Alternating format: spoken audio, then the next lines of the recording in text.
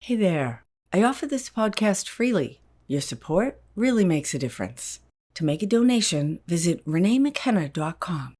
Welcome to Spiritual Psychology. My name's Renee LaValle McKenna, and I bring my 30-plus years as a recovering addict and ex-crazy person turned therapist and shamanic healer to bring you snackable teachings on spirituality, psychology, and all things personal growth. And today I want to talk about ancestral connection.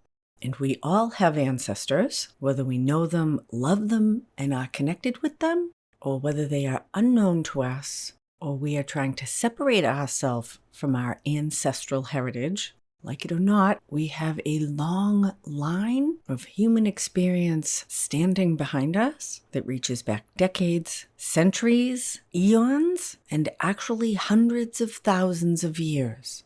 We are a spearhead of a long lineage that is central to the formation of our physical body and also perhaps to our emotions, our psyche, and our spirit as well. And before the advent of modern media, it was not uncommon for people to sit around the evening fire telling stories about the relatives and the clan.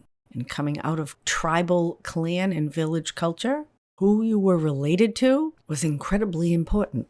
And evolving out of that communal or more village structure, we've moved into a phase of evolution where individuation is now our focus. And individuation is the process of becoming an individual, unique and distinguished from everybody else.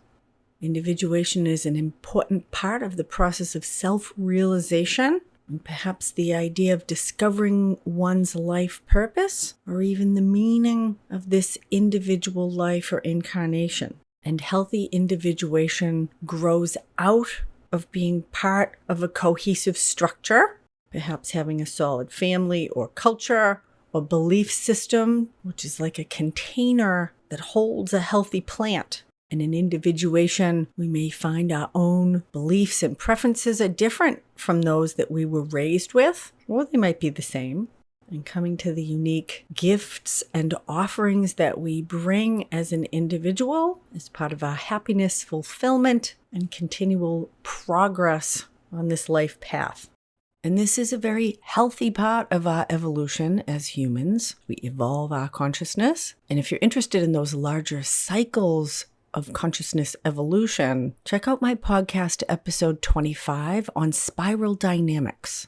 Spiral dynamics is this really comprehensive understanding and model of the psychosocial development of humans. And it's following us forward. There's new developments coming. And just like there's stages of healthy child development, there's stages of healthy human and social development. And in the larger waves of this development tend to alternate between focus on individual development and focus on group development.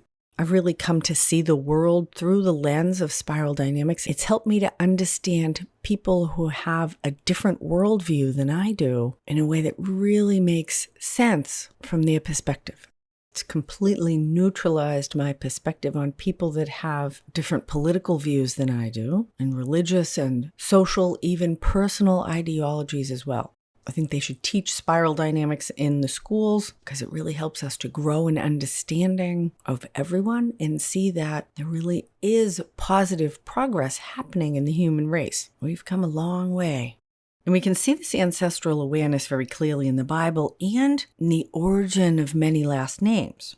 So in Genesis 10, these are the generations of the sons of Noah: Shem, Ham, and Japheth. Sons were born to them after the flood, the sons of Japheth: Gomer, Magog, Madal, Javan, Tubal, Meshesh, and Tiras. And it goes on, naming the ancestors. And so names like Johnson, Madison, Thompson would be the son of John, the son of Madai, the son of Tom. And I imagine who you were related to, many times in history, determined if you were respected, feared, cast out, or cared for. And I know people who have chosen to change their names. A few have been in religious traditions where their teacher or guru gave them a new name after a conversion experience. And I know people who have intentionally changed their name because the name they were given didn't fit with who they felt like they really were. And so they asked people to start calling them something different. Or one friend went through the process of having their name changed legally. And for that particular person, I think the legal name change was a way to separate out from their lineage.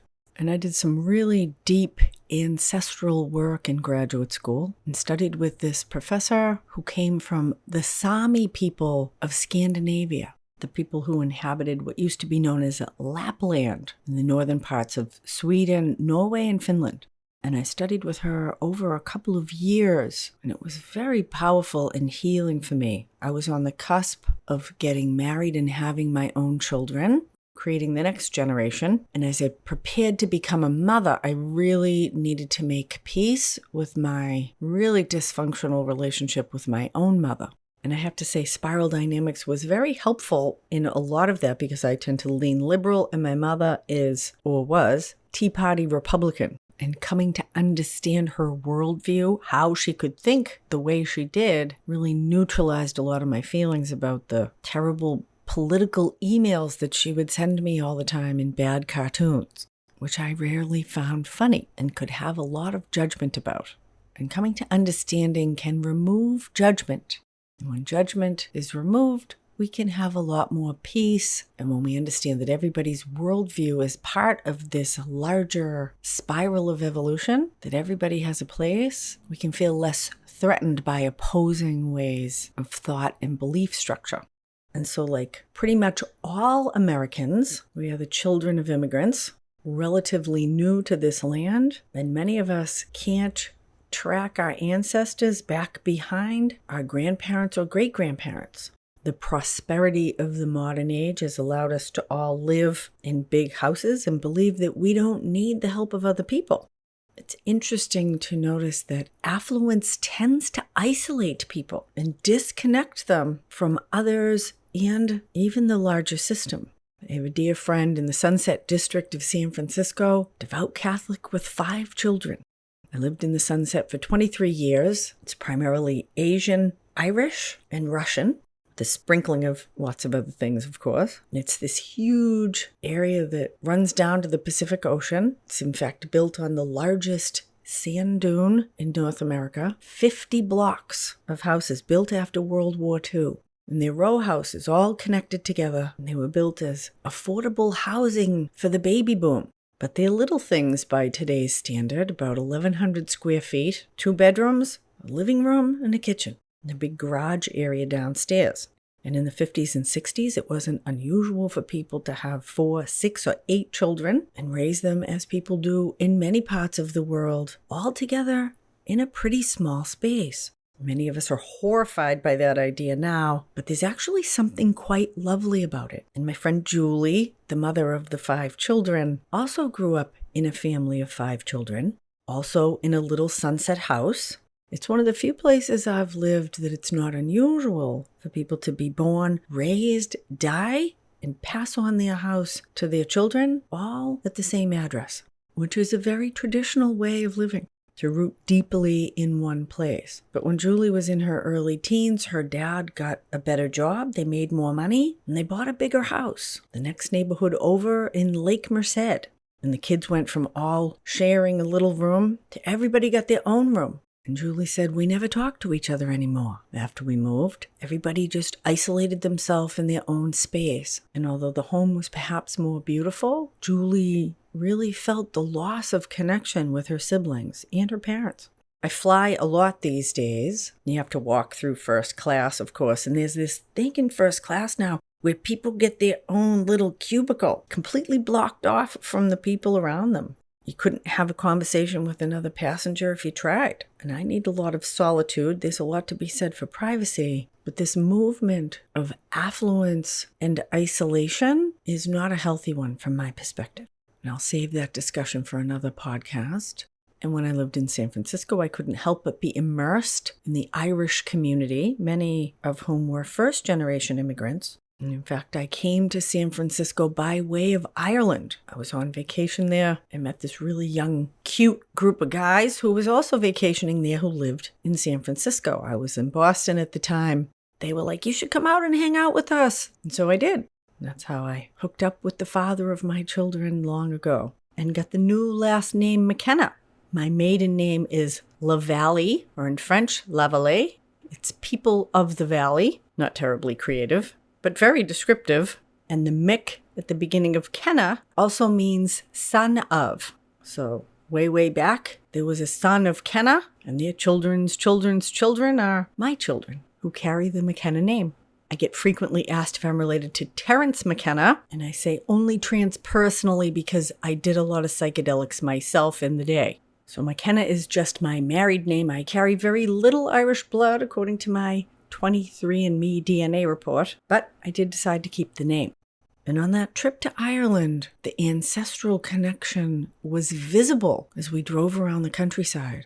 I remember particularly this beautiful emerald green plot of land that had a very cute little cottage on it and kids and dogs playing outside. And next to it, a couple 100 yards away, was the old house.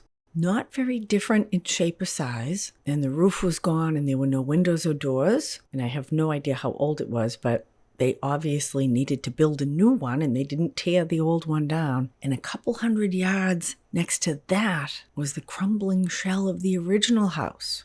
You could see the outline of the stone foundation, and the crumbling walls had kind of melted low enough you could step over them. And I'm assuming, as is true in many parts of the world, that the living family on that land were preceded by generations of ancestors who had lived deeply in the same place.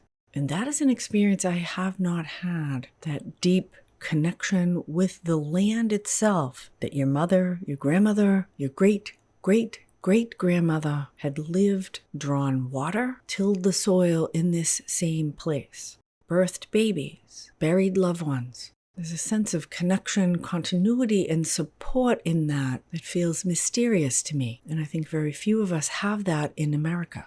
And I know for me, as I did my own ancestral studies, it really had a profoundly positive impact on my sense of connection with the larger system. And even my felt experience of the hundreds and thousands of ancestors that stand behind me, whose DNA lives in my cells, and perhaps whose experience informs my own consciousness.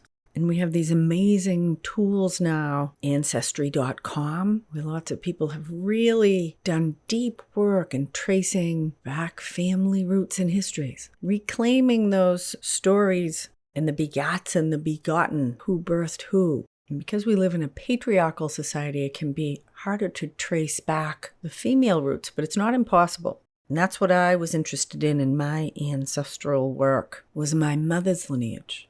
Because I had such a bad relationship with my own mother, and that had even kind of overshadowed my whole perspective on being female. And I wanted to really heal and mature that so that I could embrace motherhood and this pull to become much more an embodied feminine person in a healthy and positive way. And so I started by gathering stories from living relatives about the relatives that I didn't know anything about.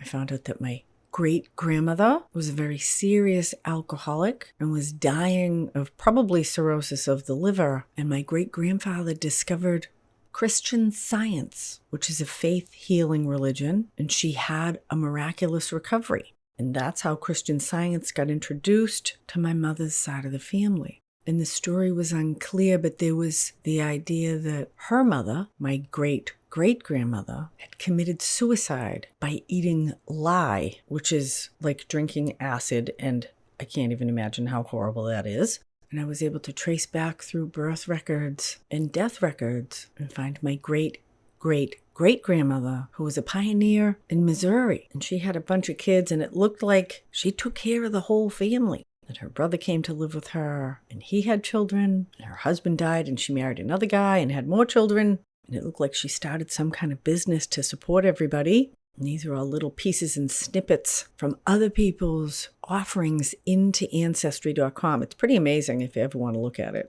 search your family name, find your parents and their parents and their parents' parents, and you can just keep going back. It's pretty cool. And I was able to trace back to my first ancestor through my mother's lineage. Her last name was Huckel, and we always thought it was German, but through this work, it looks like it was probably Welsh. And something interesting about that, I spent a little bit of time in Wales, and I absolutely loved it. A little town called Conwy, a whole village surrounded by an ancient stone wall that you could walk on. And I felt really connected to the land there. And that was one of the things that we talked about in my ancestral studies, was this connection with the earth that may live in our consciousness without our knowing. And we all have ecosystems and environments that we're drawn to.